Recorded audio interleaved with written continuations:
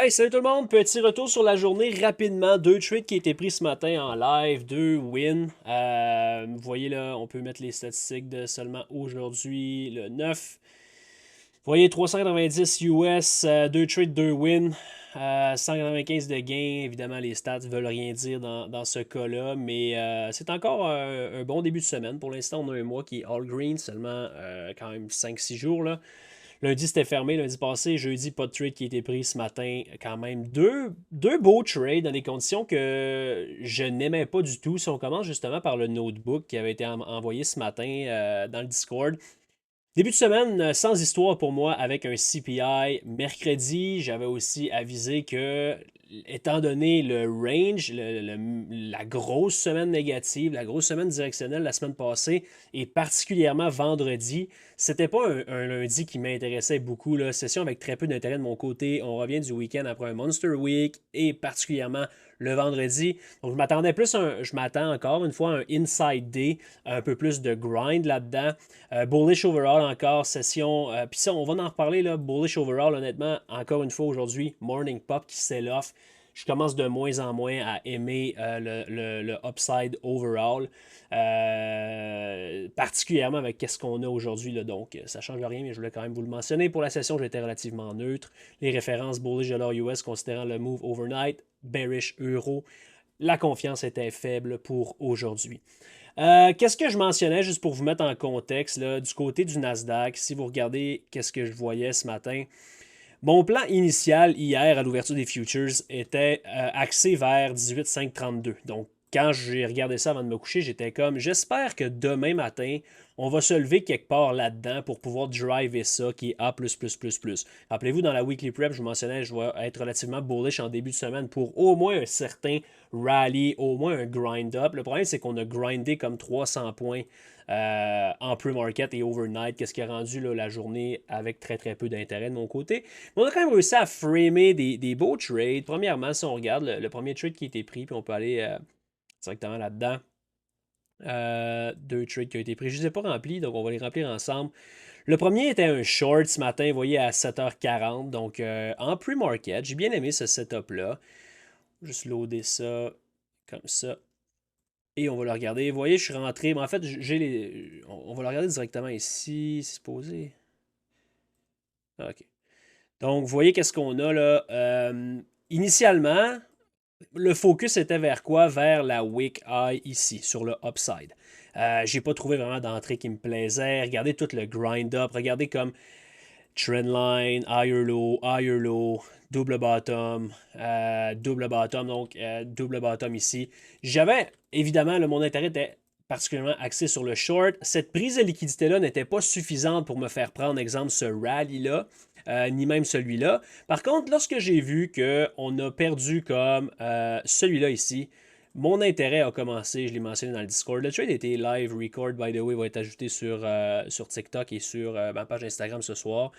Mais vous voyez, lorsqu'on a closé en dessous de ça ici, j'ai mentionné dans le Discord, je regarde pour un short sur un rally.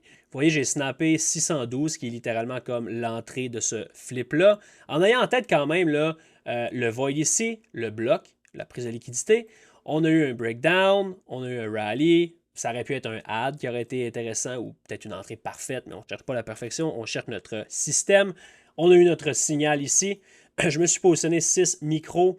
Je voulais le voir blower ces lots-là. Initialement, c'était mon target ultime. Quand j'ai vu, j'aimerais ça que ça soit rapide. Ça s'est mis à être quand même long. Donc, j'ai été, lorsqu'on a bouncé là-dessus, j'ai mentionné dans le Discord, si on fait un lower low, je vais me payer partiellement. Vous voyez, on a bouncé, lower low. Vous voyez, sur un lower low, je me suis payé pour une vingtaine de points là-dessus.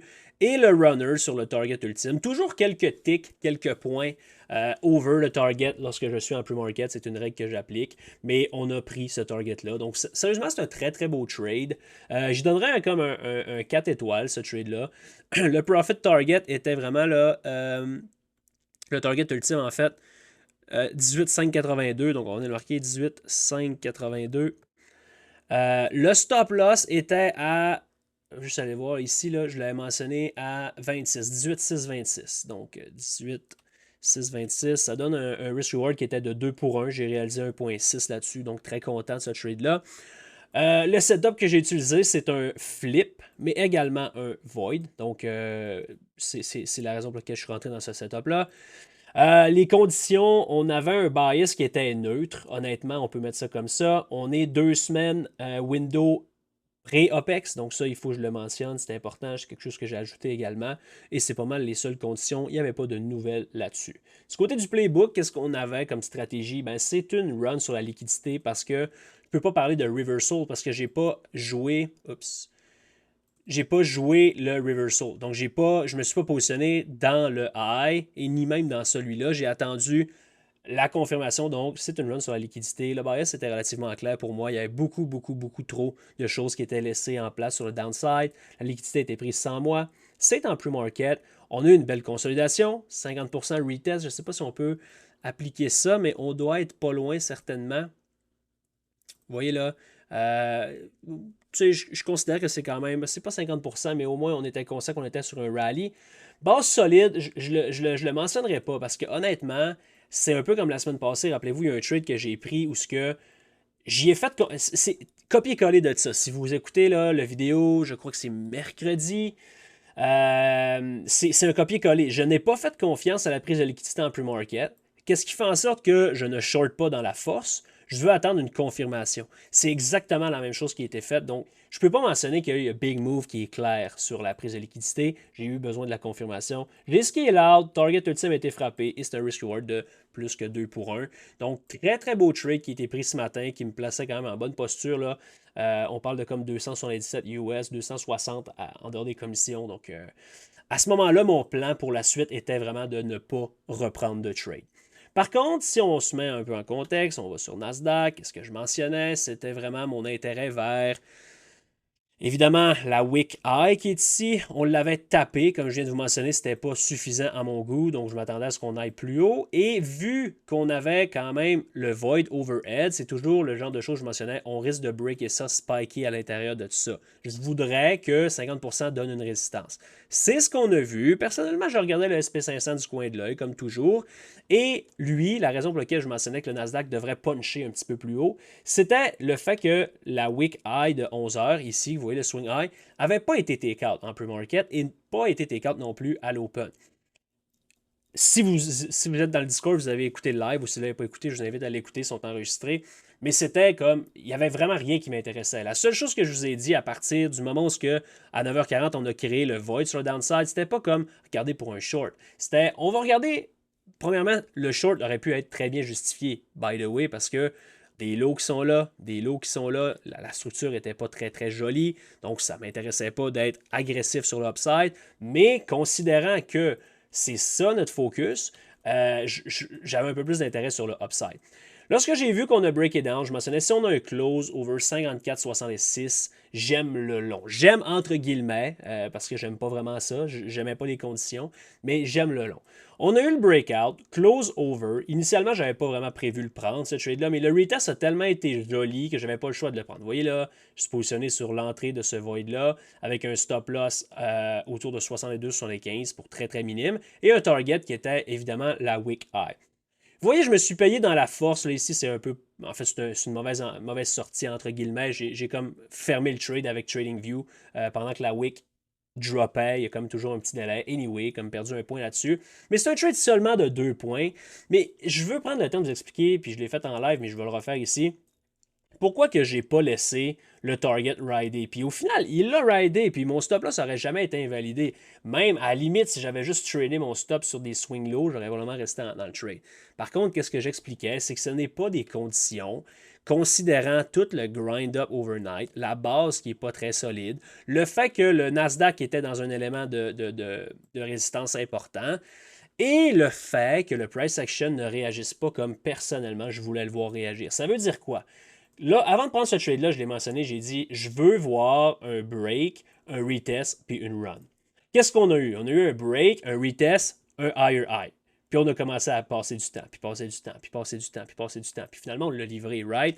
Mais personnellement, considérant que j'étais déjà green sur la journée, que c'est des conditions qui ne me plaisaient pas d'avance. Mon niveau de confiance et mon intérêt pour la journée étaient faibles. J'étais déjà green sur la journée. Qu'est-ce que je voulais voir ici? C'est un trade parfait, entre guillemets. Je voulais rentrer à l'endroit que j'avais mentionné et le voir réagir comme je voulais le voir réagir. Il ne l'a pas fait, donc j'ai décidé de fermer le trade rapidement, à la minute que j'ai eu un higher high. Je voulais le voir speed up, c'est pas ce qui est arrivé. Donc j'ai fermé ce trade-là, très très très content.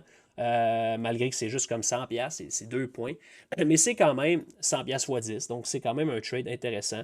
Personnellement, je suis de ceux qui aiment interpréter le price action, rendre mon risk reward dynamique, et c'est ce que j'ai fait sur ce trade-là. Donc, un trade qui est quand même bien, on va aller le tracker ensemble. On va juste le tasser ici. Vous voyez, là, c'est la semaine passée. Lui de Friday, Monday. OK, yes, 112$. À part des commissions, encore une fois. Donc, qu'est-ce qu'on voit? Je vais lui donner un 3.5. C'est pas laid d'un point de vue technique, mais le contexte, etc., fait en sorte que je ne suis pas un fan de ça. Si on regarde le target, c'était 54, 71, 50. Donc, 54, 71.50. Le stop loss était à 54, 62, 75. Donc, 54, 62, 75. Donc, encore une fois, un peu plus que 2 pour 1. J'ai réalisé un petit peu moins que 1 R là-dessus. C'est une des rares fois là, on pourrait quasiment le considérer break-even, mais c'est quand même 112$. Je ne le considère pas comme break-even. Le setup, c'est un flip, tout simplement. Les erreurs, il n'y en a pas vraiment. Écoutez, c'est un trade qui est correct. C'est juste que je l'ai vraiment, tu sais, je vais marquer choppy. Parce qu'à ce moment-là, c'était des conditions que je n'aimais pas du tout. Si on va enlever ça. Two-week window pre-OPEX, ça c'est bien. On n'avait pas de nouvelles à 10h. Donc, personnellement, qu'est-ce que je voulais, là, c'était qu'on le break avant 10h et où à 10h, finalement, on n'a juste rien fait jusqu'à comme 10h10.